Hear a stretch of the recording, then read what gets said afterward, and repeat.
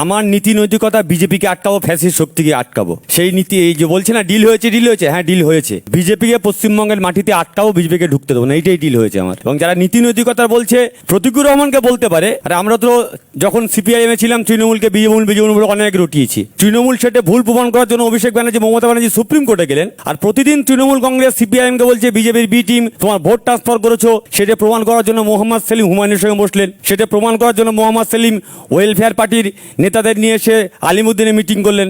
সেটা প্রমাণ করার জন্য এসডিপিআই এর মতো প্রকাশ্য সভাতে সিপিএম এর প্রতিনিধি পাঠাচ্ছেন। তো ফলে পরিষ্কার হয়ে গেছে কে কোন ডিল করেছে।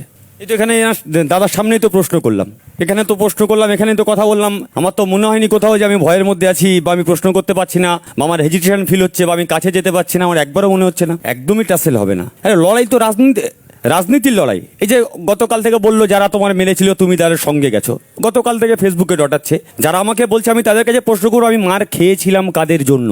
আমি তো মার খেয়েছিলাম তোমাদের জন্য। তোমরা তো আমাকে ঠেলে দূরে সরিয়ে দিয়েছো, আমি তো থাকতে চেয়েছিলাম। তবে এটুকু বলতে পারি, দলে দম বন্ধ করা পরিস্থিতির মধ্যে অনেকেই মুখ খোলা শুরু করেছে। হয়তো আমি রাজপ্রাসাদের বাইরে এসে জিজ্ঞেস করেছি, রাজা একটু থামুন, ওই প্রসাদের মধ্যে ঘুমন্ত শিশু জেগে উঠেছে, প্রশ্ন করবে রাজা তোর কাপড় কোথায়। আচ্ছা, আজকের শুভেন্দু অধিকারী গতকালকের কি বললেন?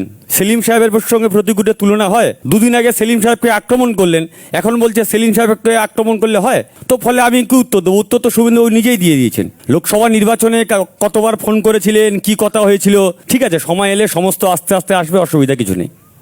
আচ্ছা, আমাকে 1 মাস আগে ভোটে দাঁড় করানো হয়েছে, সবাই জানে আমি হারবো। তো আমি কি বলতাম? আমি হেরে গেছি, আমার সাংগঠনিক শক্তি নেই, আমি ডায়মন্ড হারবারে ক্যান্ডিডেট দিতে পারিনি, আমার কাছে বেস্ট অপশন ছিল এটাই বলা, ভোট লুট হয়েছে। আপনি নিজে ঘুরে দেখুন না, কোনটা সাংগঠনিক শক্তি আছে আর কোনটা সাংগঠনিক শক্তি নেই। ডায়মন্ড হারবারে 2000 বুথ রয়েছে, আপনি 2000 সিপিএম বুথ এজেন্টের নাম জোগাড় করে আমাকে দিন। আপনাকে চ্যালেঞ্জ দিচ্ছি আমি। সিপিএম বুথে বসতে পারবে না, দায় তৃণমূলের।